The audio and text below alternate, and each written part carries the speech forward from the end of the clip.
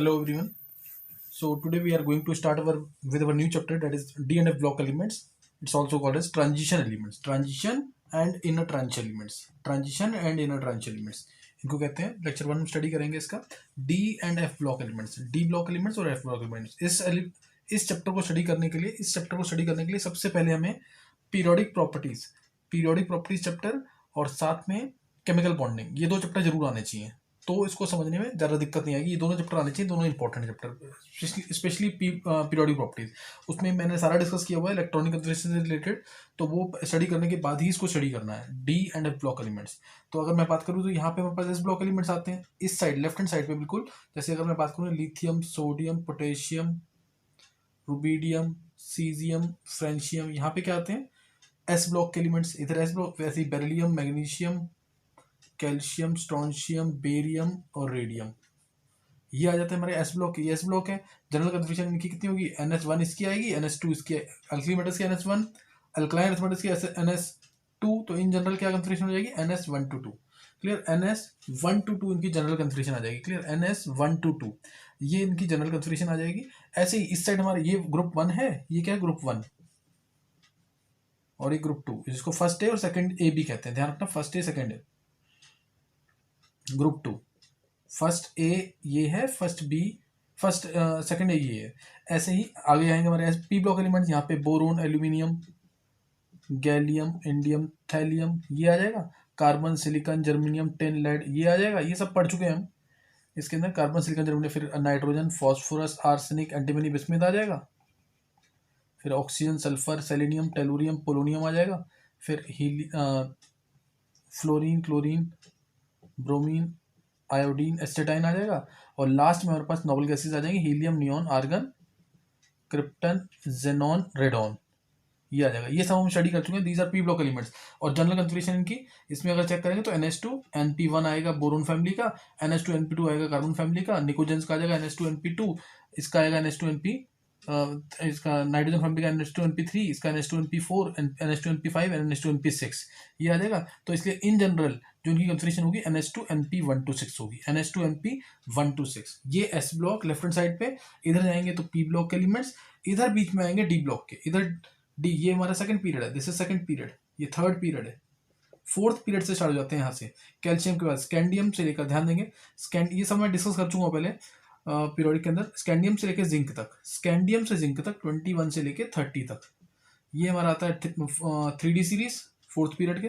फिर आता है 4D सीरीज, टीरियम 39 से स्टार्ट करते हैं, 48 पे खत्म कर देते हैं. टीरियम से हमारा आ जाता है कैडमियम 48. फिर हमारा जाता है ये 4D सीरीज है, फिफ्थ पीरियड है. फिर सिक्स पीरियड में आता है हमारा लैंथरम आएगा 57 से, फिर 58 से लेकर 71 तक लैंथेनॉइड्स. फिर 72 से लेकर 80 तक, 80 जिंक, कैडमियम, मरकरी ये आ जाएगा हमारा 80 तक. ये हमारे 3D series, 4D series, 5D series और उसके बाद ये सारी सीरीज चलेंगे. इसको याद करना पूरा 80 तक. और इसके बाद हमारा आ जाएगा ये सीरीज पूरी याद करनी है इसके अंदर. तो ये डी ब्लॉक के एलिमेंट्स हैं. These are d block element, 3D 4D 5D series, 3D 4D 5D series, ये डी ब्लॉक के एलिमेंट्स आ जाएंगे. फिर यहाँ पे बिल्कुल एफ ब्लॉक के एलिमेंट्स, लेंथेनम से लेके 58 से लेके 71 तक, 58 से 71 तक इनको अलग रखा हुआ है. और 58 से 71 तक, और यहाँ पे 57 लुटिटियम तक, ये एफ ब्लॉक के एलिमेंट्स हैं.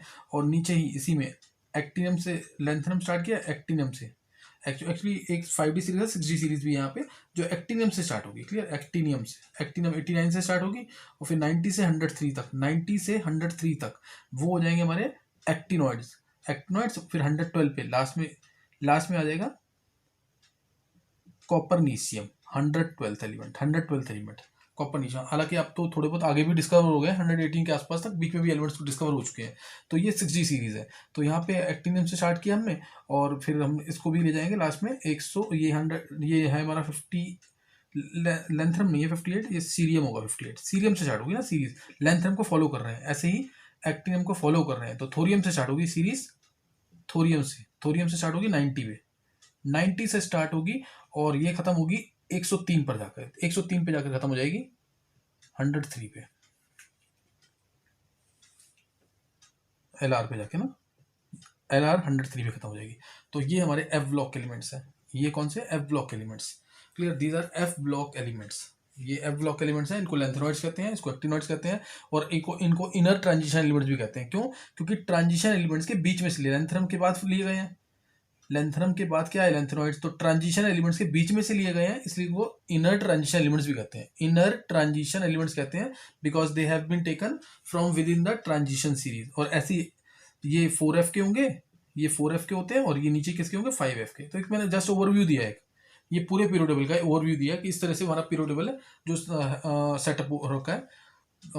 ये हमने स्टडी भी किया हुआ है किसके अंदर? पीरियोडिक प्रॉपर्टीज के अंदर। तो ये पूरा टेबल है जो हमें पता होना चाहिए। ओवरव्यू एटलीस्ट इसका ये है। फिर इसमें इलेक्ट्रॉनिक कंफिग्रेशन सबकी, वो सब मैंने बताई हुई है, सबकी इलेक्ट्रॉनिक कंफिग्रेशन सारे एलिमेंट्स की, वो सब हमें पता होना चाहिए। तो यही हमें स्टार्ट करना है। हमें पढ़ना है पहले डी ब्लॉक के एलिमेंट्स, ये वाले सारे डिटेल इनकी सारी प्रॉपर्टीज। ट्रांजिशन एलिमेंट्स हैं, ट्रांजिशन एलिमेंट जो है इनकी बहुत सारी प्रॉपर्टीज होती हैं। जैसे ये मतलब कि लगभग सारे ये मेटल्स होते हैं। फिर इनका melting point, boiling point high होता है। फिर ये कलर्ड कम्प्लेक्सेस बनाते हैं, कलर्ड कंपाउंड्स बनाते हैं, कलर्ड कंपाउंड बनाते हैं। फिर ये कैटलिस्ट की तरह एक्ट करते हैं। और फिर इसका फिर ये हमारे एलॉय फॉर्मेशन में यूज़ होते हैं। ये एलॉय फॉर्मेशन में यूज़ होते हैं। मोस्टली जो कम्प्लेक्सेस होते हैं वो ट्रांजिशन मेटल्स के होते हैं। कम्प्लेक्सेस जैसे मैं अगर एस ब्लॉक की बात करूँ तो मैग्नीशियम कम्प्लेक्स बनाता है, क्लोरोफिल जो जिसकी वजह से ग्रीन कलर आता है प्लांट्स के अंदर। तो ऐसे ही ज़्यादातर इसके जो एलिमेंट्स हैं वो कम्प्लेक्स फॉर्मेशन में इन्वॉल्व होते हैं। क्लियर, कम्प्लेक्स फॉर्मेशन में इनके इन्वॉल्व होते हैं। फिर इनकी स्टेट्स जो होती हैं वेरिएबल होती हैं, दे शो वेरिएबल ऑक्सीडेशन स्टेट्स। इनकी स्टेट्स ज़्यादातर वेरिएबल होती हैं। हीट ऑटोमाइजेशन की ज़्यादातर हाई होती हैं। तो ऐसे बहुत सारी प्रॉपर्टीज़ हैं जो ये शो करते हैं ट्रांजिशन मेटल्स। तो वो सब हम स्टडी करेंगे एक एक करके, इनके सबके रीजन। ये मैंने जैसे एक ओवरव्यू दिया है D and F block elements का, सबकी इलेक्ट्रॉनिक कंफिग्रेशन, एक्सेप्शनल केसेस सारे वो सब पता होना चाहिए। तो ये हम स्टार्ट कर रहे हैं transition elements. Clear,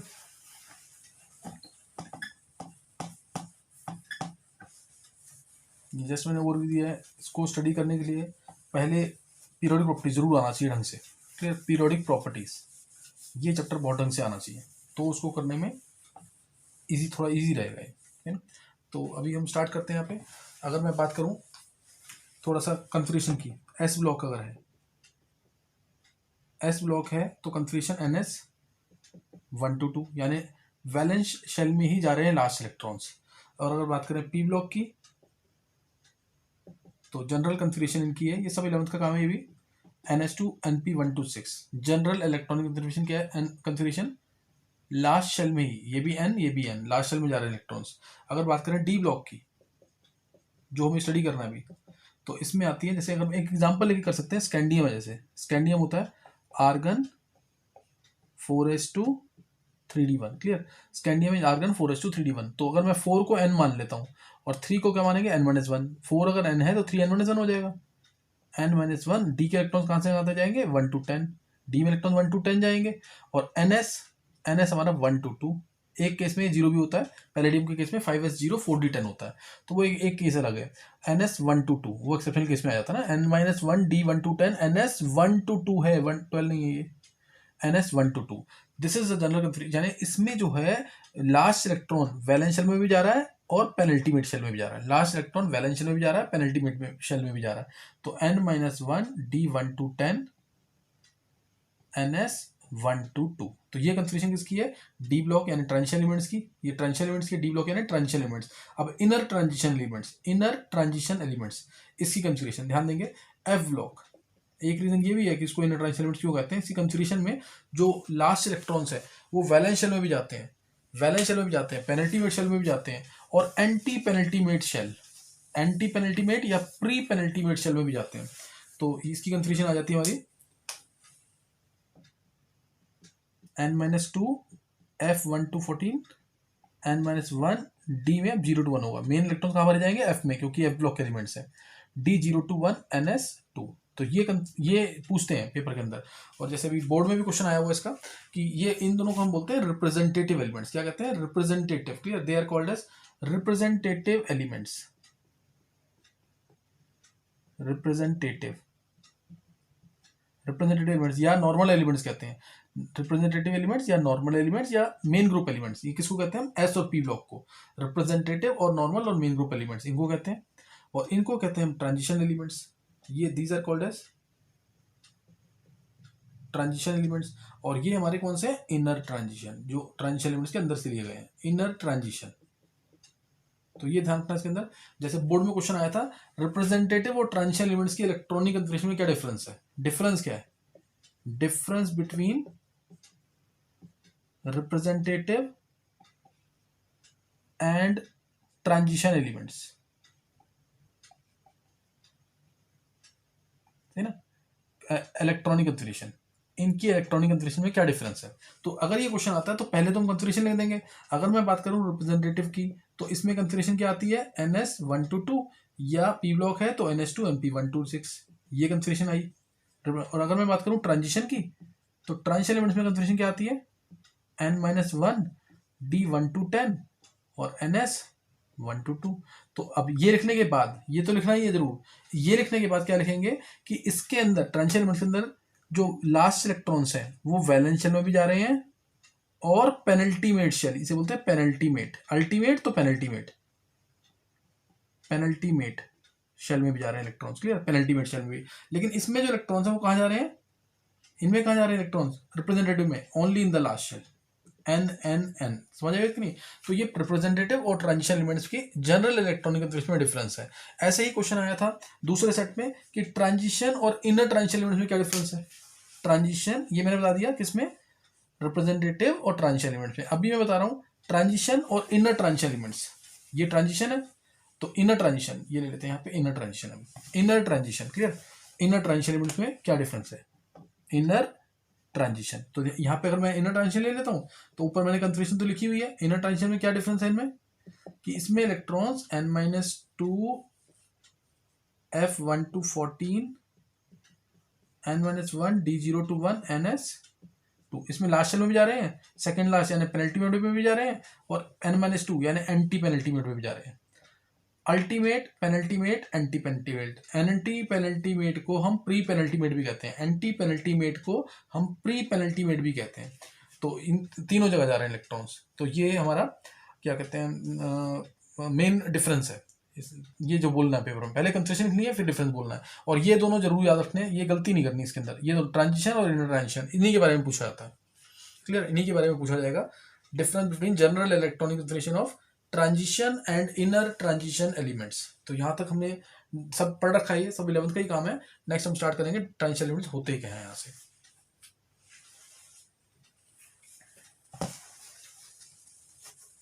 transition elements क्या होते हैं? ट्रांजिशन एलिमेंट्स, ट्रांजिशन एलिमेंट पहले तो बोला गया था कि जैसे जिसकी प्रॉपर्टीज मेटल्स और नॉन मेटल्स के बीच में लाई करती हैं वो ट्रांजिशन एलिमेंट्स है। लेकिन एक्चुअल में डेफिनेशन ये नहीं है, वो कहते हैं इसीलिए ट्रांजिशन एलिमेंट्स, लेकिन एक्चुअल में डेफिनेशन ये नहीं है। ट्रांजिशन एलिमेंट्स क्या होते हैं? बहुत ही इंपॉर्टेंट डेफिनेशन है, एनसीईआरटी में इसके क्वेश्चन भी दे रखे हैं। ट्रांजिशन एलिमेंट्स क्या होते हैं? ऐसे एलिमेंट जिनके एटम के पास या जिनके आयन के पास, लेकिन किसमें? मोस्ट कॉमन ऑक्सीडेशन स्टेट के अंदर, मोस्ट कॉमन ऑक्सीडेशन स्टेट के अंदर इनकम्प्लीट डी सबशेल है। Elements whose atoms or ions in their most common oxidation state has incomplete D subshells। तो ये प्रॉपर डेफिनेशन है इसकी, ये लेटेस्ट डेफिनेशन है। और इनको कहते क्यों है? Why they are called as transition elements. ये क्वेश्चन आएगा why they are called as transition elements, तो उसका आंसर क्या है? Because their properties lie in between those of metals and non metals. यानी एस और पी ब्लॉक के, S से कहाँ ट्रांजिशन हो रहा है? पी की तरफ ट्रांजिशन हो रहा है, यानी ये मेटल्स, और इसमें क्या आते हैं? नॉन मेटल्स भी आते हैं। तो मेटल से नॉन मेटल्स की तरफ ट्रांजिशन हो रहा है, इसलिए इनको क्या बोलते हैं? Transition elements. Because their properties lie in between, there properties lie in between S and P block elements कह लो, या फिर मेटल्स एंड नॉन मेटल्स। हालांकि पी ब्लॉक में भी बहुत अच्छे मेटल्स होते हैं, पी ब्लॉक में भी बहुत अच्छे मेटल्स होते हैं, बिल्कुल राइट हैंड साइड पे चले जाएंगे तो नॉन मेटल्स भी आ जाएंगे। Transition is taking place from metals to non metals, so they are called as transition, इसीलिए कहते हैं इनको ट्रांजिशन एलिमेंट्स। तो ये ध्यान रखना इसके लिए कि क्यों कहते हैं इनको ट्रांजिशन एलिमेंट्स, ये भी आना चाहिए इसके अंदर। नेक्स्ट जो आएगा इसके अंदर अब नेक्स्ट आ जाएगा इसके अंदर why they called as transition elements भी मैंने बता दिया इसके अंदर। नेक्स्ट अब इसके अंदर आ जाएगा कि कौन से एलिमेंट्स हैं जिनको ट्रांजिशन एलिमेंट्स नहीं माना गया है, कौन से ऐसे एलिमेंट्स हैं, ये क्वेश्चन पूछेंगे। Which elements are not regarded as transition elements, तो ध्यान देंगे। जैसे अगर मैं बात करूं scandium, titanium, vanadium, chromium, manganese, iron, cobalt, nickel, copper, zinc, इसकी बात करें, या ग्रुप ये 3D सीरीज है, 4th पीरियड है 3D सीरीज। ऐसे ही yttrium, zirconium, niobium, molybdenum, technetium, ruthenium, rhodium, palladium, silver, cadmium, इसकी बात करें ये 30, ये हमारा आ गया 40, 39 से 48, 39 से 48।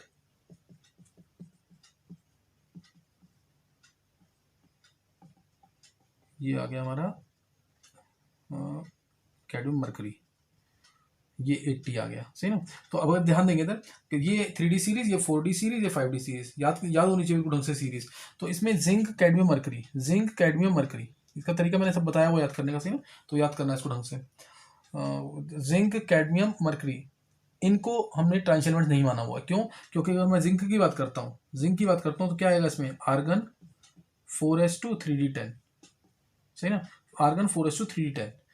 और कैडमियम की बात करें तो ये क्या आएगा, क्रिप्टन 5s2 4d10, सही ना। ऐसे ही मरकरी की बात करें, मरकरी 80 वाला, इसकी बात करें तो ये आ जाएगा हमारा जेनॉन 6s2, इसमें तो 4f की भी एंट्री हो गई, इसमें 4f की एंट्री हो गई, 4f2 5d10, समझ कि नहीं। तो इसके अंदर d10 आ गया ना, फुलफिल्ड है ये क्या है, सब फुलफिल्ड है, clear, they are fulfilled. 3d10 4d10 3d10 4d10 5d10, ये है ना, सब में 10 आ गया। तो मैंने डेफिनेशन में क्या बोला, which have incomplete D subshells, incomplete होने चाहिए डी सबशेल्स, तो इसलिए नहीं माना गया इसको, इसलिए इनको नहीं माना गया। एक चीज मैंने अभी इसके अंदर नहीं बताई है, ध्यान देंगे इधर, इसको क्यों माना है फिर ट्रांजिशन मेटल्स, ग्रुप 11 को, ये ध्यान रखना ग्रुप 3 से स्टार्ट है, 3rd ग्रुप है ये, और 12th ग्रुप पे एंड कर रहा है, 3rd ग्रुप से स्टार्ट है और 12th ग्रुप पे एंड कर रहा है। तो इनको क्यों माना गया है, कॉपर में भी तो यही आ रहा है, ये क्वेश्चन एनसीईआरटी का है। Why A G is regarded as transition element though it has 4d10 confirmation, why gold is regarded as transition element though it has 5d10 confirmation. Copper की बात करें, कॉपर की अगर बात करते हैं तो कॉपर क्या आएगा, आर्गन 4s1 3d10, इसको क्यों माना ट्रांजिशन एलिमेंट। गोल्ड की सिल्वर की बात करें, क्रिप्टन 5s1 4d10, गोल्ड की बात करें तो krypton xenon 6s1 4f14 5d10। तो इनको क्यों माना गया, तीनों में से कोई भी क्वेश्चन आ सकता है, मैंने तीनों लिख दिए इसलिए।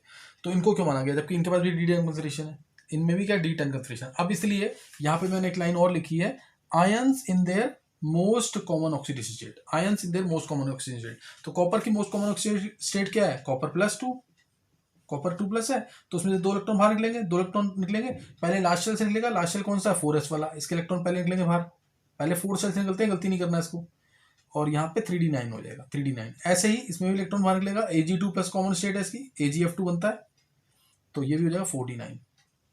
ऐसे ही इसके अंदर Au3+ भी बनता है, तो ये भी कितना हो जाएगा 5d9, समझ कि नहीं, ये भी क्या हो जाएगा 5d9।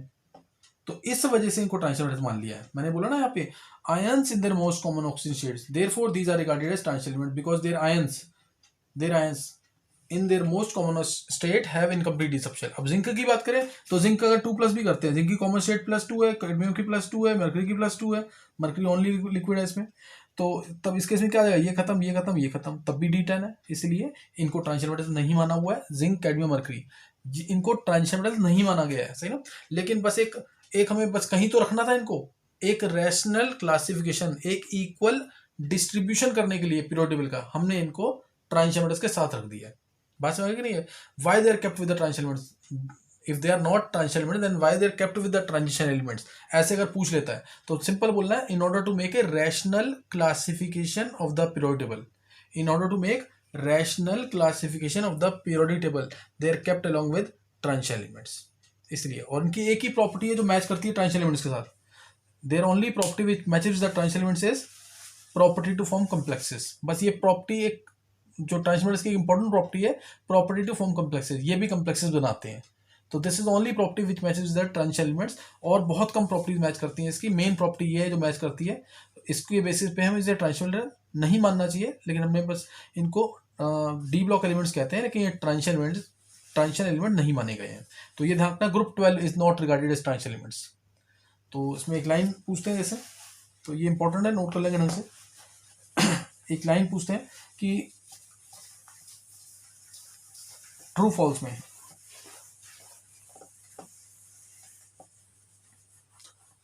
ट्रू फॉल्स में पूछते हैं एक लाइन कि all transition elements are d block elements, all transition elements are d block elements but all d block elements are not transition elements. ये ट्रू है कि फॉल्स है? All transition elements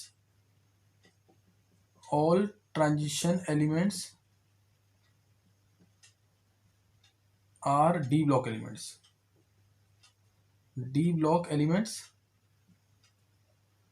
but all D block elements are not transition elements। ये line भी important है। तो ये सही है कि गलत है, ये सिंपल देखते ही पता लग जाएगा। All transition elements are d block elements, true है। ट्रांजिशन एलिमेंट्स किसको कहते हैं? डी ब्लॉक को कहते हैं। लेकिन जितने भी डी ब्लॉक के एलिमेंट्स हैं वो सारे ट्रांजिशन एलिमेंट्स नहीं है। क्यों? क्योंकि हमने ग्रुप 12 को नहीं मान रखा ट्रांजिशन एलिमेंट्स, ग्रुप 12 को हमने ट्रांजिशन एलिमेंट्स नहीं मान रखा है, सही ना। ऐसे भी हम ग्रुप 3 भी जो है ना, इसको भी हमने, इसकी भी प्रॉपर्टीज बहुत सारी मैच नहीं करती। स्कैंडियम, बस इसके बाद क्या है, आर्गन 4s2 3d1 है, इसलिए हमने इनको माना हुआ ट्रांजिशन एलिमेंट्स, ये है ट्रांजिशन एलिमेंट्स ही। लेकिन इनकी भी प्रॉपर्टी, ये भी नॉन टिपिकल होते हैं। स्कैंडियम हो गया, टीरियम हो गया, लेंथेनम हो गया, सही ना। तो ये एक्टिनियम हो गया, इनको भी हमने ट्रांजिशन एलिमेंट्स के साथ रखा हुआ, ये भी नॉन टिपिकल है। ग्रुप 3 जो है, third group, this is also non typical. किस वजह से नॉन टिपिकल माना हुआ इनको? किस वजह से इनको नॉन टिपिकल माना हुआ है? क्योंकि इनके पास कलर, इनके कम्प्लेक्सेस जो होते हैं कलरलेस होते हैं, इनके कम्प्लेक्सेस ज़्यादातर कलरलेस होते हैं। ये मैग्नेटिक कैरेक्टर शो नहीं करते, जो ट्रांजिशन एलिमेंट्स की मेन प्रॉपर्टी है। तो बहुत सारी चीज़ें हैं जिनकी वजह से इनको ट्रांजिशन एलिमेंट्स हमने नॉन टिपिकल बोला हुआ, नॉन टिपिकल है। 12th तो है ही नॉन टिपिकल, वो तो ट्रांजिशन मेटल्स ही नहीं। 12th ग्रुप तो जिंक, कैडमियम, मर्करी वाला, ये भी ग्रुप 3 को भी नॉन टिपिकल बोलते हैं। तो नॉन टिपिकल कौन से हैं? थर्ड ग्रुप और 12th ग्रुप, थर्ड ग्रुप और 12th ग्रुप, और बीच वाले ग्रुप जो है 4th से लेकर 11th तक, they all are typical transition element. 4th to 11th are all typical transition elements. तो ये ध्यान रखना, इसके अंदर इंपॉर्टेंट बातें डिस्कस की यहाँ पे हमने। डेफिनेशन से रिलेटेड अभी तो डेफिनेशन स्टार्ट किया है, चैप्टर भी यहाँ पे जस्ट इंट्रोडक्शन दिया हमने।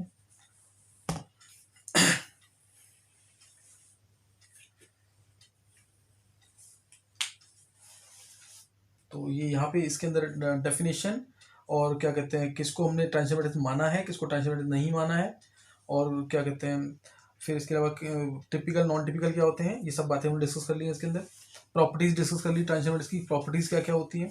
तो अब यहाँ से हम फर्स्ट प्रॉपर्टी स्टार्ट करेंगे इसकी, ट्रांजिशन एलिमेंट्स की फर्स्ट प्रॉपर्टी स्टार्ट करेंगे, that is atomic radii. Clear? Atomic radii,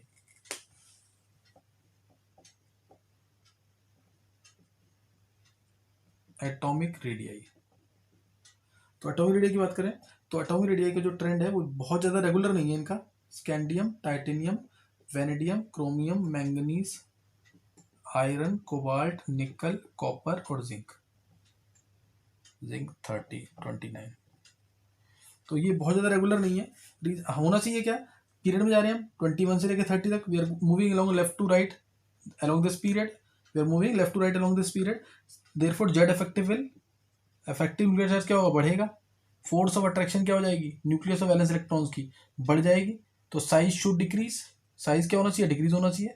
बढ़ गया, फोर्स ऑफ अट्रैक्शन बढ़ गया, साइज डिक्रीज होना चाहिए। लेकिन ये एक्सपेक्टेड था, दिस वाज एक्सपेक्टेड, ये है, लेकिन एक्चुअल में ये नहीं होता। एक्चुअल जो है वो स्टडी करेंगे। तो ये तो मैंने बताया कि एक्सपेक्टेड ये होना चाहिए, स्टार्टिंग में होता भी यही है, लेकिन बीच में जाकर और लास्ट में जाकर चेंज हो जाता थोड़ा सा। तो ध्यान देंगे इसमें, तो इसको ध्यान देंगे कि किस तरह से चेंज होता है, मतलब इसका साइज जो है वो चेंज क्यों होता है।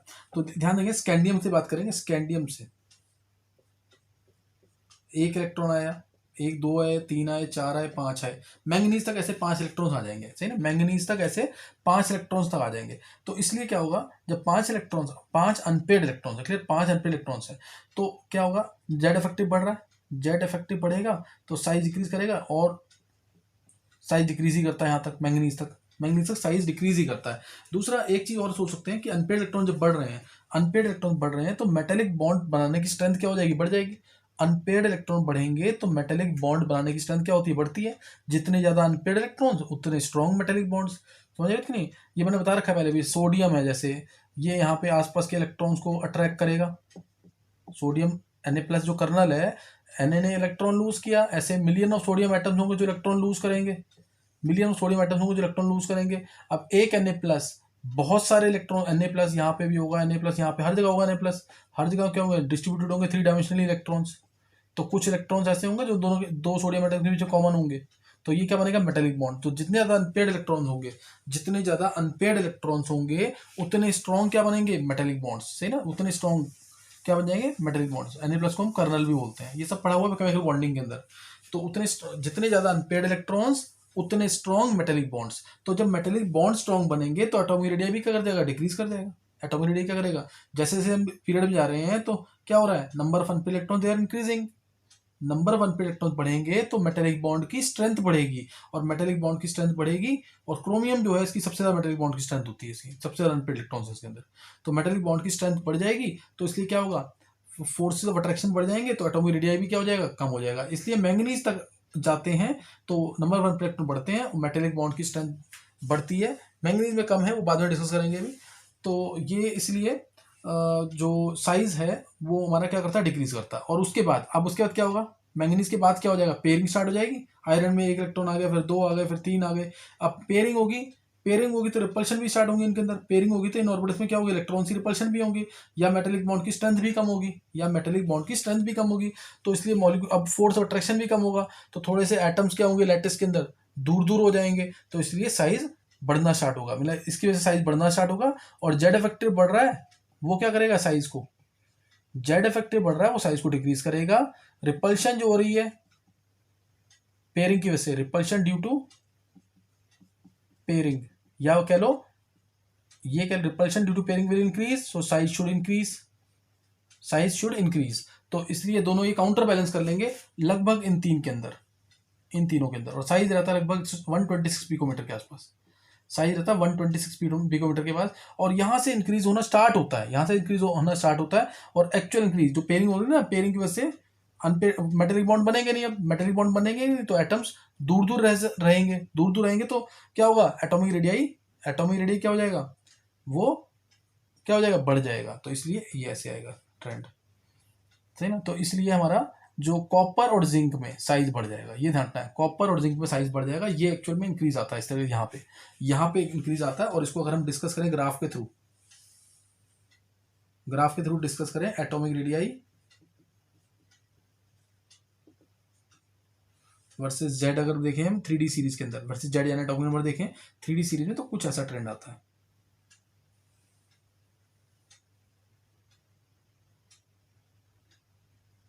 ये इस तरह से कुछ ट्रेंड आता है, कुछ इस तरीके का ट्रेंड आएगा एटॉमिक रेडियस के अंदर,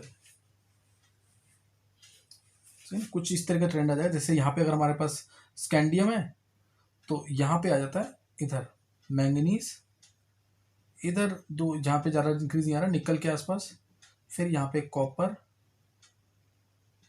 तो यहाँ पे आ जाता है जिंक।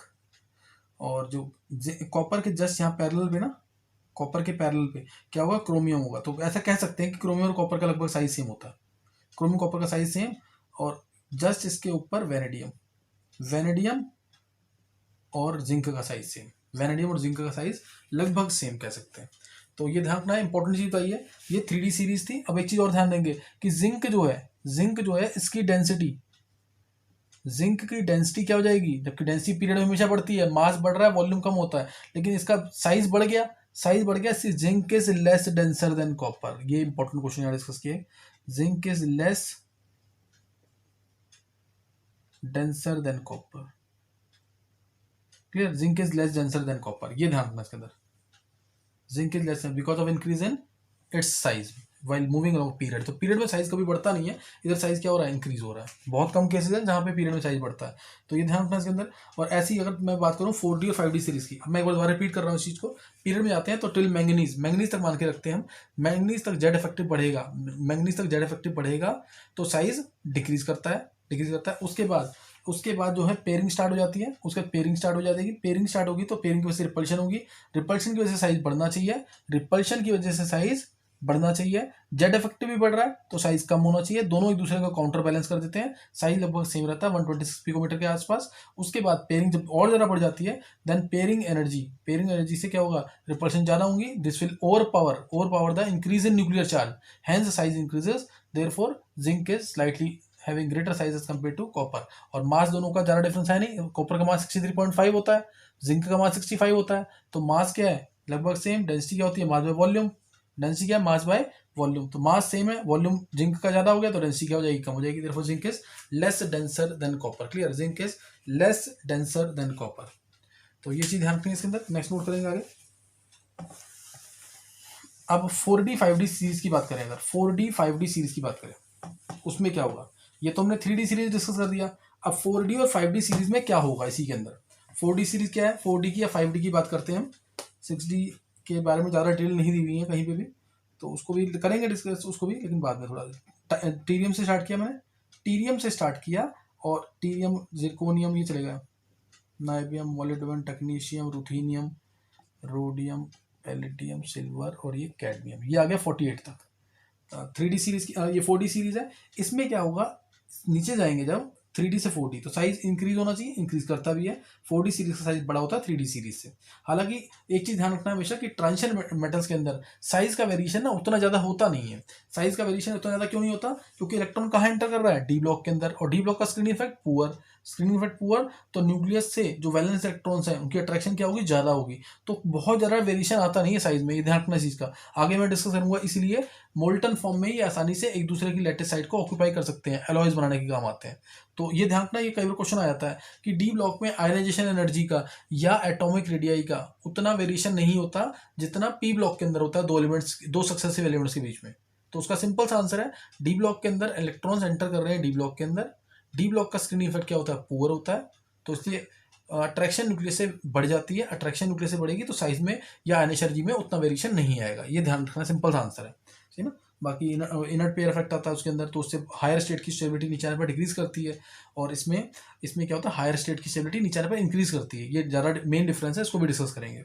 इसमें हाईएस्ट ऑक्सीजन स्टेट की स्टेबिलिटी नीचे जाने पर बढ़ती है। अच्छा, ये आ गया यहाँ पे। अब नेक्स्ट आ गया yttrium zirconium niobium molybdenum technetium ruthenium rhodium palladium silver cadmium, ये आ गया। और इसमें अब 5D सीरीज आई नीचे, 5D सीरीज, इसमें क्या होगा, लेंथनम आएगा 57, है ना, लेंथनम, फिर हैफनियम 72 से स्टार्ट करेंगे, 72 टेंटलम,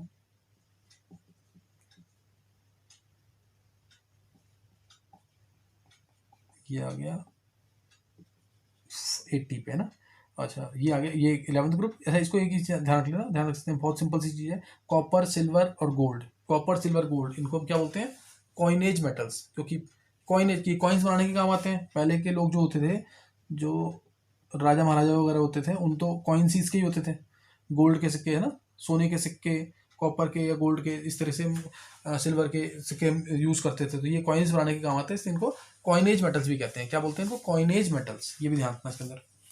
तो अच्छा, यहाँ पे गए 5D सीरीज, 5D सीरीज में क्या हुआ, ध्यान देना, 5D सीरीज में जब गए हम यहाँ पे, तो क्या हो रहा है, नीचे जाने पर साइज इंक्रीज करना चाहिए, लेकिन ये 4D series, this is 4D series, this one is 4D series and this one is 5D series, इन दोनों का साइज जब देखा गया practically comes out to be same, ये सेम आता साइज, इनका जो वेरिएशन देखा ना, जैसे अगर मैं बात करूं यहाँ पे एटॉमिक रेडियाई की, और यहाँ पे क्या था Z, तो 3D सीरीज में ऐसे चला, कुछ ऐसे चला 3D सीरीज के अंदर।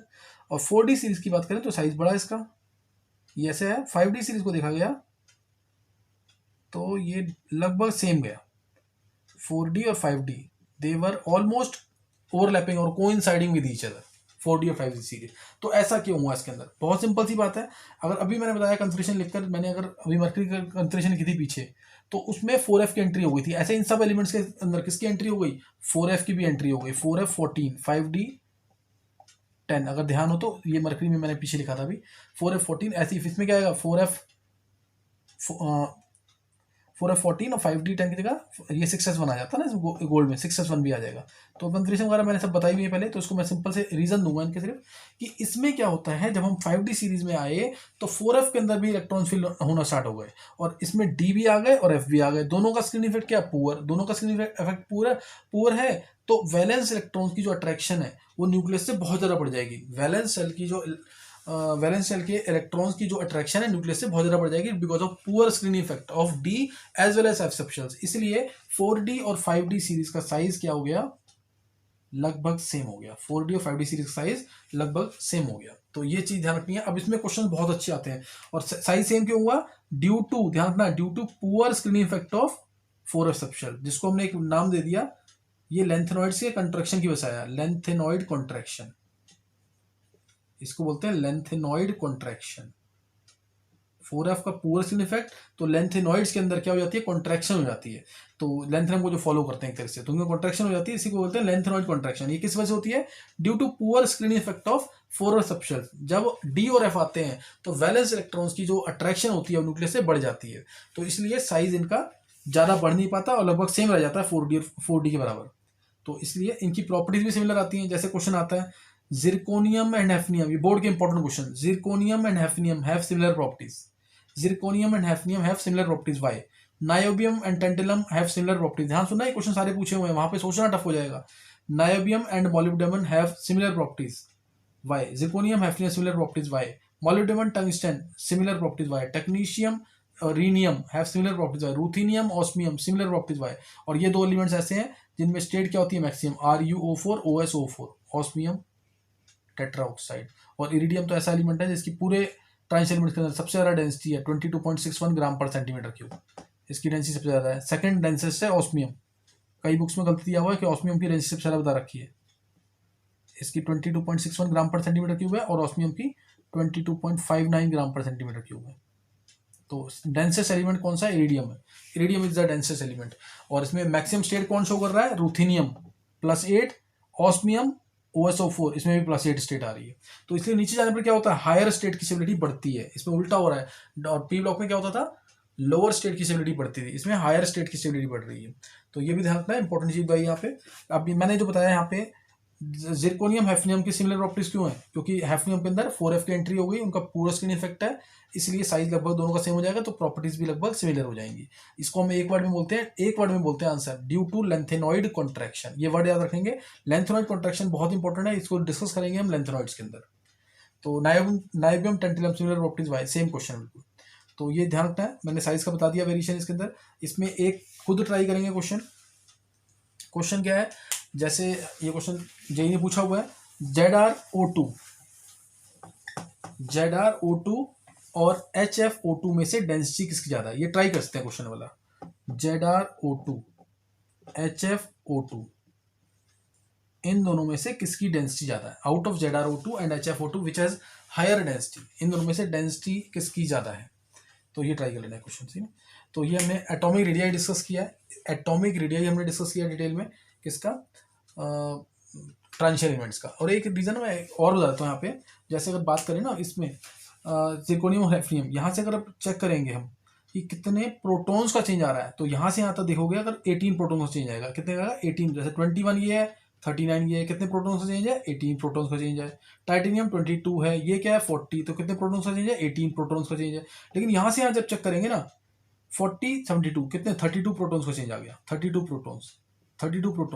जब प्रोटॉन्स ज़्यादा बढ़ जाएंगे तो भी तो न्यूक्लियस अट्रैक्शन ज़्यादा बढ़ेगी, इसीलिए भी साइज दोनों का लगभग सेम है। यहाँ पे नहीं आ रहे 30, ध्यान देंगे 39 से 57 18 प्रोटॉन्स का चेंज है, तो यहाँ पे ज़्यादा वेरिएशन नहीं आता इधर, यहाँ पे साइज लेंथेनम का ही बड़ा आता है।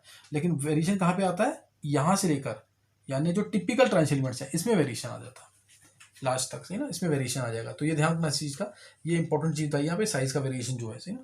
5D सीरीज का साइज बड़ा होता है लेकिन इतना नहीं, बहुत ज़्यादा डिफरेंस नहीं आता इसमें। तो this was atomic radii, clear, this was atomic radii of transition elements. तो एटॉमिक रेडियाई हमने डिस्कस कर लिया डिटेल में। नेक्स्ट हम डिस्कस करेंगे आगे इसमें 4D 5D सीरीज भी हो गया, लेंथेनॉइड कॉन्ट्रैक्शन हो गया, ये सारी टर्म्स हमने क्लियर कर ली यहाँ पे, कुछ मिस ना हो यहाँ पे। नेक्स्ट अब इसके अंदर हम डिस्कस करेंगे ionisation energy, clear, ionisation energy. Ionisation energy.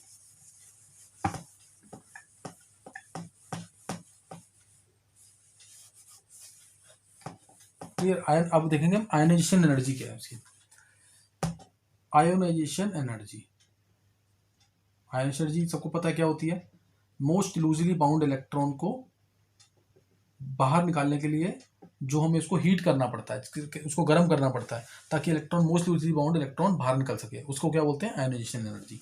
तो आयोनाइजेशन एनर्जी जो है इसके अंदर, ट्रांजिशन मेटल्स के अंदर, वो इरेगुलर ट्रेंड फॉलो करती है। डिटेल में इसके एडवांस लेक्चर में डिस्कस करूंगा। अभी सिर्फ हमें जो एनसीईआरटी लेवल पे करना है वो बता रहा हूँ यहाँ पे। Scandium, titanium, vanadium, chromium, manganese, iron, cobalt, nickel, copper, zinc, exceptions वगैरह सब डिटेल लेक्चर में हमारा डिस्कस होगा। ये मैं सिंपल बता रहा हूँ जो एनसीईआरटी लेवल पे अभी इसमें। स्कैंडियम से लेके जिंक तक, पहला तो ये है कि ट्रांजिशन मेटल्स की जो आयोनाइजेशन एनर्जी है 3D सीरीज की, वो इरेगुलर ट्रेंड फॉलो करती है। It follows an irregular trend. Irregular trend यानी कभी बढ़ रही है, कभी कम हो रही है, कभी ऐसे इस तरीके से होता है। इंटरवल्स 2, 6, 7 पे ही एक्चुअली में कम होती है, अदरवाइज ये बढ़ती है। तो ये क्यों होता है ऐसा, ये क्यों होता है ऐसा, तो ये बहुत इंपॉर्टेंट है इसका क्वेश्चन, और ये एनसीईआरटी में दे रखा है। वाई, और इसके आगे हम रिलेट भी कराएंगे बहुत सारी प्रॉपर्टीज को, जैसे आयोनाइजेशन एनर्जी से रिलेट कराएंगे हम इलेक्ट्रोड पोटेंशियल को, कि इलेक्ट्रोड पोटेंशियल ट्रांजिशन मेटल्स का क्यों इरेगुलर ट्रेंड फॉलो करता है। तो उसका भी आंसर ये जाएगा कि उनकी, क्योंकि इलेक्ट्रोड पोटेंशियल भी आयोनाइजेशन एनर्जी पे डिपेंड करता है और वो इरेगुलर ट्रेंड फॉलो कर रही है, इसलिए electrode potential irregular trend follow करता है। इसलिए मैं इसको आगे रिलेट भी कराऊंगा, तो ध्यान देना है। Why ionisation energy of transition metals is following an irregular trend. तो इसका आंसर क्या है, एक तो अगर कुछ भी नहीं पता तो लिख देंगे कि एटॉमिक रेडियस का जो ट्रेंड है वो इरेगुलर है। एटॉमिक रेडियस का जो ट्रेंड है वो एग्जैक्टली रेगुलर नहीं है। हालांकि हमें पता है कि पहले साइज क्या हो रहा है, डिक्रीज हो रहा है, फिर लगभग कांस्टेंट 3 एलिमेंट्स के लिए, और उसके बाद फाइनली इंक्रीज हो रहा है, लेकिन ट्रेंड ऑल मतलब कि एग्जैक्टली रेगुलर नहीं है। इसीलिए अगर कुछ नहीं पता ये लिख सकते हैं कि atomic radii of transition metals of 3D series is not following regular trend, atomic radii regular, ये लिख सकते हैं एक वर्ड में अगर आता है। Atomic radii is irregular, atomic radii is following an irregular trend, ये मैंने एक शॉर्ट में लिख दिया। Atomic radii is irregular, is following, is an irregular trend लिख देते हैं, इज एन इरेगुलर ट्रेंड। तो और इसका एग्जैक्ट रीजन क्या है, जैसे ही हम इसमें से ना एक इलेक्ट्रॉन बाहर निकाल देते हैं, जैसे कोई भी एग्जांपल ले लें इसके अंदर, सपोज मैंने आयरन का एग्जांपल लिया, आयरन क्या है, आर्गन 4s2 3d6, ये है। जैसे ही मैं एक इलेक्ट्रॉन निकालूंगा, इलेक्ट्रॉन पहले कहां से निकलेगा, s से, जैसे ही मैंने इसके अंदर से एक इलेक्ट्रॉन बाहर निकाला 4s1 बन जाएगा। अभी हो गया 4s1 3d6 Fe+। इमीडिएटली क्या होगा, ये 4s का इलेक्ट्रॉन जो है वो चला जाएगा किसके अंदर, 3D के अंदर। इमीडिएटली 4s का इलेक्ट्रॉन कहाँ चला जाएगा, 3D में चला जाएगा, जिसकी वजह से जब ये इलेक्ट्रॉन इधर चला जाएगा तो एक्सचेंज एनर्जी चेंज हो जाएगी। इसकी एक्सचेंज एनर्जी कुछ और रहेगी, इसकी एक्सचेंज एनर्जी कुछ और रहेगी। तो एक्सचेंज एनर्जी चेंज हो जाएगी, उसकी वजह से एनर्जी रिलीज होगी। जब एनर्जी रिलीज होगी तो रिक्वायर्ड एनर्जी क्या हो जाएगी, जो इलेक्ट्रॉन को बाहर निकालने के लिए रिक्वायर्ड एनर्जी चाहिए वो कम हो जाएगी। ये सिंपल सा आंसर लिख के आ रहा है। तो मैं एक बार बोल देता हूं, उसको नोट डाउन कर लेंगे ढंग से।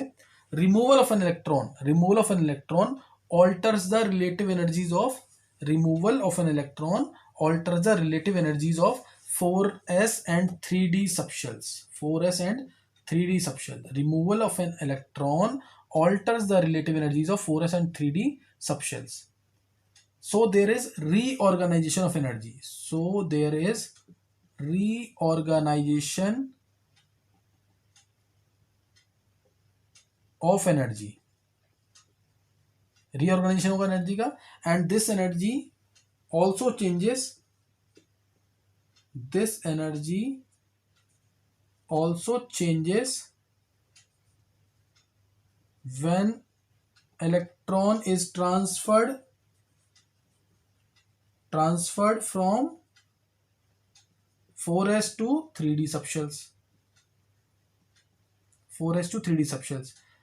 समझ आएगा कि नहीं, मैंने क्या बताया इसके अंदर, यही चीज क्या नहीं है कि after the removal of electron, ध्यान देना, after the removal of electron relative energies of 4s and 3d subshell they get altered, they get changed, वो चेंज हो जाती हैं, वो चेंज होती है। So there is reorganisation of energy, clear. So there is reorganisation of energy and this energy also changes when an electron is transferred from 4s to 3d subshells। इसलिए क्या होगा, इनकी एक्सचेंज एनर्जी चेंज हो जाएगी। Exchange energy हमेशा release energy होती है। जब रिलीज एनर्जी मिल जाएगी एक, तो जो इलेक्ट्रॉन को निकालने के लिए एनर्जी चाहिए वो क्या हो जाएगी, चेंज हो जाएगी इलेक्ट्रॉन को निकालने के, क्योंकि एक एनर्जी रिलीज हो गई और हम जो एनर्जी दे रहे थे वो हम कुछ अपनी तरफ से दे रहे थे। तो जब ये इलेक्ट्रॉन यहाँ से यहाँ जाएगा तो 99% केसेस में क्या होता है, एक्सचेंज एनर्जी जो है बढ़ जाती है। एक्सचेंज एनर्जी, क्योंकि डी में इलेक्ट्रॉन आ गया तो एक्सचेंज एनर्जी बढ़ेगी, एक्सचेंज एनर्जी रिलीज होगी तो वो रिक्वायर्ड एनर्जी को कंपनसेट कर देगी। तो ये सिंपल सा आंसर है इसका, सही ना। तो ये इसका आंसर है कि डेट्स वाई ट्रांजिशन मेटल्स का जो आयनिक एनर्जी का ट्रेंड है वो रेगुलर नहीं है, वो क्या है, irregular. It follows an irregular trend. तो ये एक इंपॉर्टेंट क्वेश्चन है, समझाने में दिक्कत आती है, इसको एक बार ट्राई करेंगे। एडवांस लेक्चर में इसको मैं डिटेल में लूंगा कि क्या वेरिएशन है, कहाँ पे एनर्जी बढ़ती है, कहाँ पे एनर्जी कम होती है। तो इसको ध्यान रखना है। इसमें क्वेश्चंस कैसे पूछे जाते हैं वो बता देता हूँ उसके अंदर। अब ये 3D सीरीज था, this was 3D series, why it was following irregular trend. ऐसा ही कुछ ट्रेंड होता है 4D और 5D सीरीज में, लेकिन हमें क्या स्टडी करना है, 3D से जब हम 4D की तरफ जाएंगे, 4D से जब हम 5D की तरफ जाएंगे तो आयनिक एनर्जी का क्या ट्रेंड है। तो वो इन जनरल में बताऊंगा, एक्सेप्शंस बाद में करेंगे। 3D सीरीज है ये, 3D सीरीज। 4D सीरीज में टीरियम, zirconium, niobium, molybdenum, technetium, ruthenium, ये आ गया। और यहाँ पे हमारा 3D 4D 5D। 5D में हमारा लेंथेनम आ जाएगा, हेफनियम आ जाएगा, टेंटलम आ जाएगा, इस तरह से चलेगा, ये ऐसे चलेगा। फिर इसके में आएगा AU और HG, ये आ जाएगा पूरा, ठीक है। अब 3D 4D 5D, इसमें जब जाएंगे अब 3D 4D 5D, 5D series में जाएंगे नीचे तो 5D में किसकी एंट्री हो गई, 4F की। 5D में किसकी एंट्री हो गई, 4F की। और 4F की एंट्री होते ही न्यूक्लियस से वैलेंस इलेक्ट्रॉन्स की अट्रैक्शन क्या होगी, बढ़ जाएगी। साइज हालांकि इनका थोड़ा बहुत ज़्यादा ही होता है, लेकिन फिर भी आयनिक एनर्जी ज़्यादा है। ग्रुप में आयनिक एनर्जी डिक्रीज करती है, इस केस में ग्रुप में आयनिक एनर्जी इंक्रीज करती है। 5D की सबसे ज़्यादा है, 5D की ज़्यादा, फिर 3D की है, फिर 4D की। इसमें भी एक्सेप्शन है, वो ज़्यादा जरूरत नहीं करने की। क्वेश्चन जो आना है स्कूल में, बोर्ड लेवल पे जो क्वेश्चन आना है, मेंस लेवल पे जो क्वेश्चन आना है, क्वेश्चन सिंपल आना है बिल्कुल। Why 5D ionic energy of 5D is greater than 3D। Ionic energy of 5D, though we are moving along group, why ionic energy of 5D is greater than 3D। ये question आना है इसका, सही ना। Ionic energy of 5D is greater than 3D। तो ये इसका answer क्या आ जाएगा, 5D की आयनिक एनर्जी क्यों ज़्यादा होती है 3D से। तो इसका आंसर क्या आएगा, 5D के अंदर 4F की एंट्री, 4F सबशेल की entry, 4F entry, 4F subshell की एंट्री, तो poor screen effect, Z effective बढ़ जाएगा।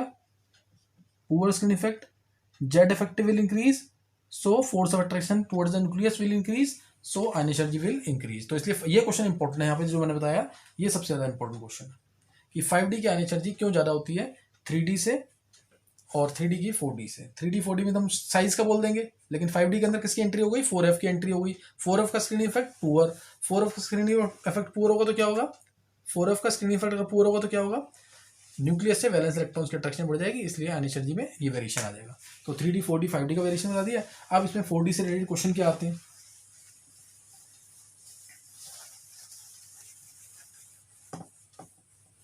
जैसे इसके अंदर क्वेश्चन आएगा सपोज कि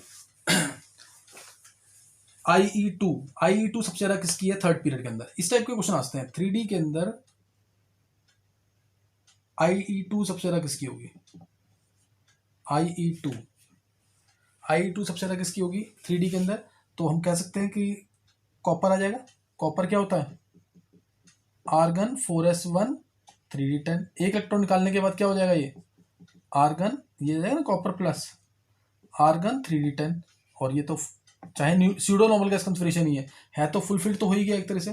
तो इसलिए IE2 किसकी ज़्यादा होगी, कॉपर की। IE2 किसकी ज़्यादा हो जाएगी, कॉपर की। तो ये ध्यान रखना। फिर IE3 पूछ लिया अगर किसकी ज़्यादा है, तो दिख रहा है हमें IE3 तो जिंक की ज़्यादा होगी। जिंक क्या है, zinc is argon 4s2 3d10। तो दो इलेक्ट्रॉन निकालने के बाद जिंक 2+ क्या बन जाएगा, आर्गन 3d10। तो इसलिए IE3 इसकी ज़्यादा हो जाएगी, सही ना, IE3 इसकी ज़्यादा हो जाएगी। और IE4 की बात करें तो स्कैंडियम आएगा, 3 इलेक्ट्रॉन निकाल दिए, चौथा इलेक्ट्रॉन निकालना है वो तो आर्गन बन जाएगा। आर्गन की आयनिक एनर्जी सबसे ज़्यादा। फिर ऐसे ही जैसे बात करें मैंगनीज की, मैंगनीज की आयनिक एनर्जी थर्ड वाली ज़्यादा होगी। मैंगनीज क्या होता है, आर्गन 4s2 3d5, दो इलेक्ट्रॉन निकालने के बाद मैंगनीज 2+ क्या बन जाएगा 3d5। तो इसकी ऐसे करके सोचना आना चाहिए बस ये। तो Mn2+ क्या होगा, हाईली स्टेबल। ये याद रखना, मैं बहुत जगह यूज करूंगा। Mn2+ ज़्यादा स्टेबल क्यों है, क्योंकि इसके पास आर्गन 3d5 कॉन्फिगरेशन है। आयरन 3+ ज़्यादा स्टेबल क्यों है, ये दो चीज़ें जरूर याद रखना। आयरन 3+ ज़्यादा स्टेबल क्यों है, क्योंकि इसके पास आर्गन 3d5 कॉन्फिगरेशन है। आर्गन 3d5 कॉन्फ़िगरेशन है, सही ना, आयरन 3+ के पास, इसके में 2+ के बाद, इसमें 3+ के पास, इसमें 2+ के बाद, इसमें 3+, ऐसे क्रोमियम 3+ याद रख लेंगे, इसकी डिटेल में बात करूंगा, क्योंकि क्रोमियम 3+ ये भी स्टेबल होता है, जबकि ये आर्गन 3d3 है,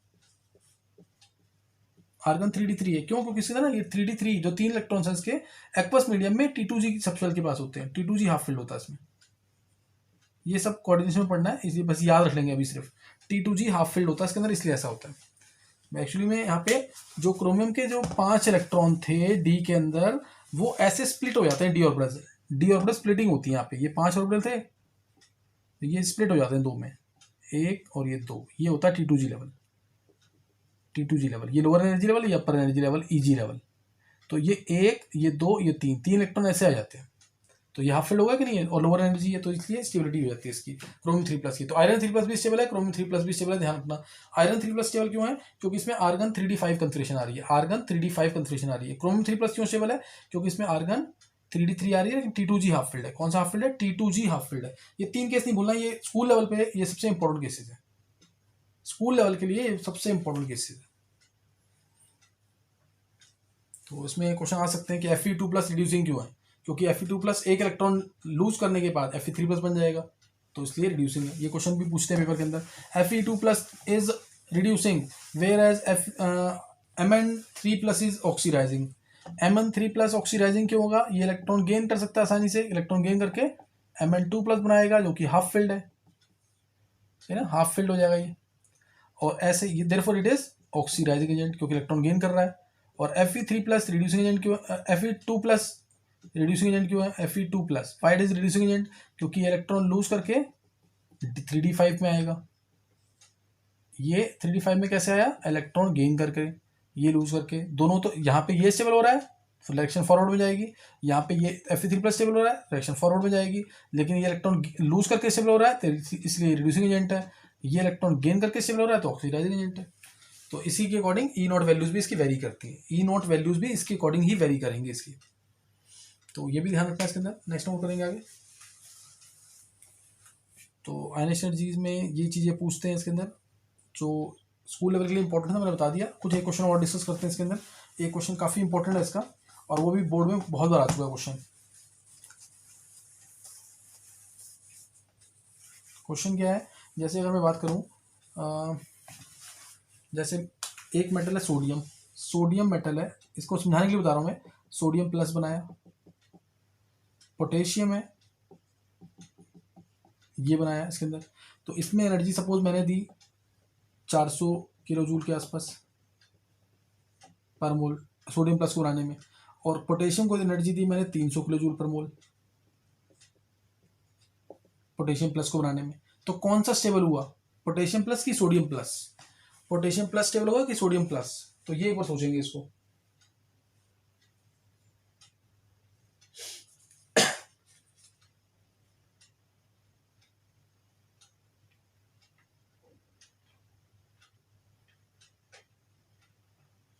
तो ये चीज़ सोचना आना चाहिए, ये इंपॉर्टेंट क्वेश्चन है। अब इसमें पोटेशियम से पोटेशियम प्लस बनाने के लिए मेरे को कितनी एनर्जी देनी पड़ रही है, 300, सिर्फ 300 देनी पड़ रही है। सोडियम से सोडियम प्लस बनाने के लिए 400 देनी पड़ रही है, इसलिए पोटेशियम प्लस ज़्यादा स्टेबल हुआ, इसलिए क्योंकि ये जल्दी बन रहा है, थोड़ा सा हीट करने पर बन रहा है, ये ज़्यादा हीट करने पर बन रहा है, therefore potassium plus is stable. तो इसको कोरिलेट करना आना चाहिए कि जिसकी आयनिक एनर्जी कम उसका आयन ज़्यादा स्टेबल, जिसकी आयनिक एनर्जी कम उसका आयन ज़्यादा स्टेबल, जिसकी आयनिक एनर्जी ज़्यादा उसका आयन थोड़ा कम स्टेबल। तो ये क्वेश्चन आता है इसमें निकल से रिलेटेड, निकल और प्लेटिनम से रिलेटेड, क्लियर, निकल और प्लेटिनम से रिलेटेड। ये मैं हाइपोथेटिकल वैल्यूज दूंगा, ये खुद चेक करेंगे वैल्यूज। सपोज मेरे को दे रखी है वैल्यूज IE1 + IE2 की निकल की दे रखी है, और IE3 + IE4 निकल और प्लेटिनम दोनों की दे रखी है, ऐसी दोनों की दे रखी है। सपोज ये एनर्जी दे रखी है 2.7 × 10³ किलो जूल पर मोल में, और ये वैल्यू दे रखी है से 2.8 × 10³ किलो जूल पर मोल में दे रखी है, और आगे दे रखी है से 7.3 × 10³ IE3 + IE4 की वैल्यू है, और ऐसे ही इसकी दे रखी है से 7 × 10³ किलो जूल पर मोल में। अब हमें बताना है, यहाँ पे ध्यान से सुनना, क्वेश्चन इंपॉर्टेंट क्वेश्चन है। निकल +2 कंपाउंड्स, प्लेटिनम +2 कंपाउंड्स, बताना है कौन सा स्टेबल ज़्यादा होगा, निकल के +2 में कि प्लेटिनम के +2 में, which will be more stable, निकल +2 और प्लेटिनम +2। ये इंपॉर्टेंट क्वेश्चन यहाँ पे डिस्कस करना है, ये क्वेश्चन 2-3 बार आ चुका है बोर्ड में, तो ये इंपॉर्टेंट क्वेश्चन है एक तरीके से। निकल +2 और platinum +2, which will be more stable, निकल +2 और प्लेटिनम +2।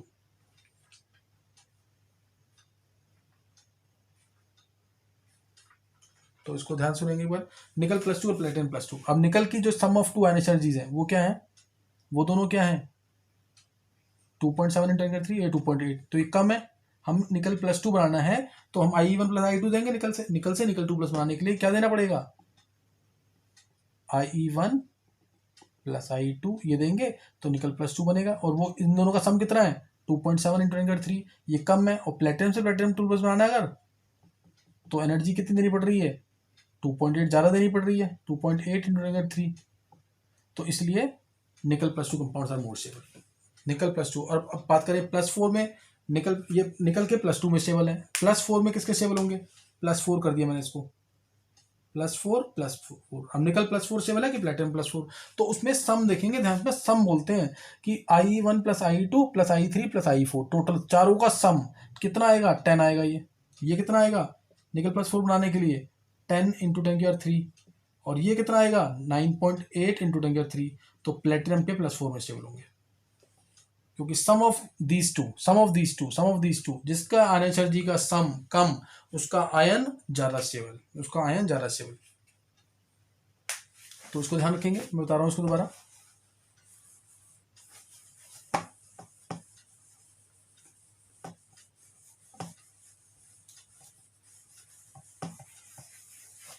जैसे क्वेश्चन आया, अब क्वेश्चन की form, nickel +2 compounds are more stable than platinum +2, ये याद रखना, इंपॉर्टेंट क्वेश्चन है ये, कि क्वेश्चन निकल की सम ऑफ टू एनर्जीज क्या होती है, कम होती है than platinum +2, than platinum +2 compounds, whereas reverse is true for, reverse is true for +4 oxidation states. तो क्या लिखेंगे आंसर इसका, sum of two ionisation energies, sum of two IEs of nickel is less, ये ध्यान रखना, less जगह मोर लिखाते हैं वो गलत हो जाएगा फिर, less than sum of two ionisation energies of platinum, but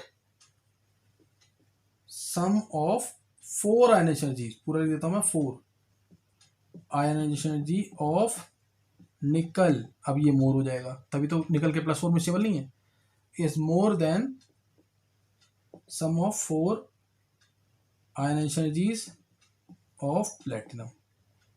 Therefore, platinum +4 compounds are more stable. तो ये एक इंपॉर्टेंट क्वेश्चन था, डिस्कस किया जो हमने। इसी क्वेश्चन को दूसरे फॉर्म में भी पूछते हैं, क्या है कि क्वेश्चन बताता हूँ उसको,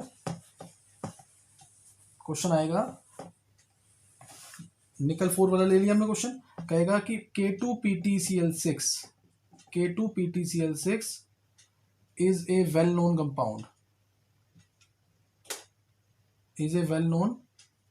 compound, but corresponding nickel compound is unknown.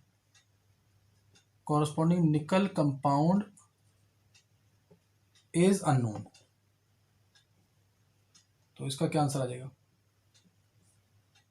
निकल कंपाउंड नहीं बनता। तो सेम वही क्वेश्चन है, प्लेटिनम की स्टेट क्या आ रही है, यहाँ +4 आ रही है, 2 + x यही तो आएगी, 2 + x - 6 = 0, x आ गया +4, तो प्लेटिनम +4 में तो होता ही ज़्यादा स्टेबल है, वही सेम क्वेश्चन, यही आंसर लिख के आना है, ये लाइन मत लिखना, बस सम ऑफ 4 आयनेशन एनर्जी वाले लिख देंगे line, sum of 4 ionisation energies of nickel is more than sum of 4 ionisation energies of platinum, तो इसलिए सम ऑफ 4 जरूर क्या आना, सम ऑफ 4 लिख रहा हूँ मैं, 4 आयनेशन एनर्जीज नहीं, सम ऑफ 4 आयनेशन एनर्जीज। एक तो 4th आयनेशन एनर्जी लिखाएंगे वो गलत होता है, मोर और लेस का उल्टा कर दिया तो गलत हो जाएगा पूरा आंसर, तो ये ध्यान रखना इस चीज का, ये भी क्वेश्चन इंपॉर्टेंट बनता है, सही है, ये भी बहुत इंपॉर्टेंट क्वेश्चन बनता है इसके अंदर, आयनेशन एनर्जी से रिलेटेड, किससे रिलेटेड, आयनेशन एनर्जी से रिलेटेड। नेक्स्ट डिस्कस करेंगे यहाँ पे, नेक्स्ट हमने ये डिस्कस कर लिया। अब मेटेलिक कैरेक्टर इसका, metallic character clear, metallic character of transition metals.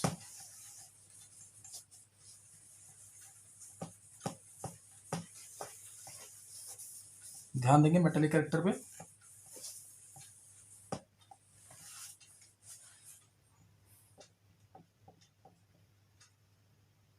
Transition metal, they are typical metals, ये टिपिकल मेटल्स होते हैं।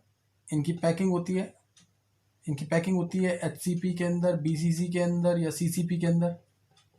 ये शो करता है कि ये टिपिकल मेटल्स है, clear, this shows that they are typical metals. इनकी पैकिंग हो रही है HCP में, BCC में या CCP में, which shows that they are typical metals. जैसे बात करूंगा इसके अंदर इनकी पैकिंग कैसे हो रही है और टिपिकल मेटल्स क्यों है। जैसे अगर ले हम स्कैंडियम से ले, अगर scandium, titanium, vanadium, chromium, manganese, iron, cobalt, nickel, copper, zinc. तो जैसे इसकी पैकिंग HCP में, इसकी पैकिंग HCP में, अगले चार BCC में, BCC, BCC, BCC, BCC,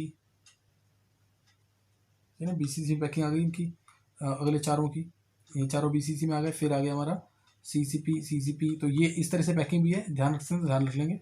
तो इस तरह से ये पता लगता है कि ये, क्योंकि ये पैक कर रहे हैं किसमें, क्या कहते हैं, HCP, BCC और CCP के अंदर। With this shows that they are typical metal, इसलिए टिपिकल मेटल्स की तरह बिहेव करेंगे, clear, so they will behave like typical metals. और दूसरा, इनके अंदर अनपेड इलेक्ट्रॉन्स होते हैं। जैसे हम पीरियड में जा रहे हैं यहाँ पे, तो अनपेड इलेक्ट्रॉन्स बढ़ रहे हैं, तो इनके पास अनपेड इलेक्ट्रॉन्स है, clear, they are having unpaired electrons, so metallic bonds are form, इसलिए मेटेलिक बॉन्ड्स बनेंगे इनके अंदर। तो इस वजह से इनकी मेल्टिंग पॉइंट ज़्यादा होते हैं, बॉइलिंग पॉइंट ज़्यादा होता है, heat of atomisation, delta H atomisation, enthalpy of atomisation कहते हैं इसको, एंथैल्पी ऑफ एटोमाइजेशन, ये इनका ज़्यादा होता है। तो ये क्वेश्चन आता है अगला। तो एक तो पहले ये आ गया। अब जैसे इसमें अगर मैं बताऊँ zinc, cadmium, mercury, zinc, cadmium, mercury, ये बहुत सॉफ्ट है, लेकिन उसी के साथ क्रोमियम, मोलिब्डेनम, टंगस्टन, ये बहुत हार्ड है। क्यों, ये क्वेश्चन आता है। Zinc, cadmium, mercury are soft, zinc, cadmium, mercury ये सॉफ्ट है, लेकिन क्रोमियम, मोलिब्डेनम, टंगस्टन ये हार्ड है, ठीक है ना। क्रोमियम, मोलिब्डेनम, टंगस्टन ये तो बहुत हार्ड है। टंगस्टन को सबने सुना भी हुआ है कि फिलामेंट ऑफ बल्ब में यूज होता है, मेल्टिंग पॉइंट 3700 डिग्री सेल्सियस के आसपास में होता है, तो इसलिए ये फिलामेंट ऑफ बल्ब में यूज होता है। जिंक, कैडमियम, मरकरी सॉफ्ट है, बट क्रोमियम, मोलिब्डेनम, टंगस्टन ये बहुत हार्ड है। तो क्या रीजन आएगा इसका, क्योंकि इनके अंदर क्या है, अनपेड इलेक्ट्रॉन्स। ये क्रोमियम की बात करें तो क्या होता है, argon 4s1 3d5, they have large number of unpaired electrons, large number of unpaired electrons, भूलना नहीं बिल्कुल, greater unpaired electrons, greater unpaired electrons, greater unpaired electrons, सही ना। So strong metallic bonds are formed, strong metallic bonds are formed, तो इसीलिए क्या होंगे, बहुत हार्ड होंगे, melting point, boiling point, heat और डोमिनेशन सबसे ज्यादा। और ये क्या होंगे, जिंक, कैडमियम, मरकरी, ये तो बहुत सॉफ्ट होंगे। और मरकरी का सबको पता ही है, तो लिक्विड होता है, मरकरी क्या लिक्विड, बाकी जिंक हार्ड होता है, कैडमियम हार्ड होता है, जिंक तीनों में सबसे ज़्यादा हार्ड है। तो मरकरी लिक्विड होता है। क्यों है, सॉफ्ट क्यों है, तो लिक्विड क्यों मानते हैं इनको, रीज़न क्या है इसका, क्योंकि इनके अंदर जैसे जिंक की बात करें तो 4s2 3d10 है, तो इनके अंदर तो मेटेलिक बॉन्ड, अनपेड इलेक्ट्रॉन ही नहीं है। मेटेलिक बॉन्ड बनाने की टेंडेंसी क्या होगी, सबसे कम, मेटेलिक बॉन्ड बनाने की टेंडेंसी क्या होगी, सबसे कम, इसलिए जिंक, कैडमियम, मरकरी सॉफ्ट होंगे, because they have very weak metallic bonds, है ना, मेटेलिक बॉन्ड बनने की टेंडेंसी बहुत कम होगी। तो zinc, cadmium and mercury are soft, whereas chromium, molybdenum, tungsten are very hard. तो ये सेम आंसर है बिल्कुल, अनपेड इलेक्ट्रॉन के बेसिस पे, जितने ज़्यादा अनपेड इलेक्ट्रॉन्स उतने स्ट्रॉन्ग मेटेलिक बॉन्ड्स, यही लाइन क्या नहीं है। जैसे क्वेश्चन आता है, why transition metals, why transition metal they have, transition metals के अंदर स्ट्रॉन्ग मेटेलिक बॉन्ड्स होते हैं, ठीक है ना। तो इनकी एंथैल्पी ऑफ एटमाइजेशन वगैरह वो नेक्स्ट टाइम डिस्कस करेंगे, यहाँ तक कर रखना। Okay, thanks.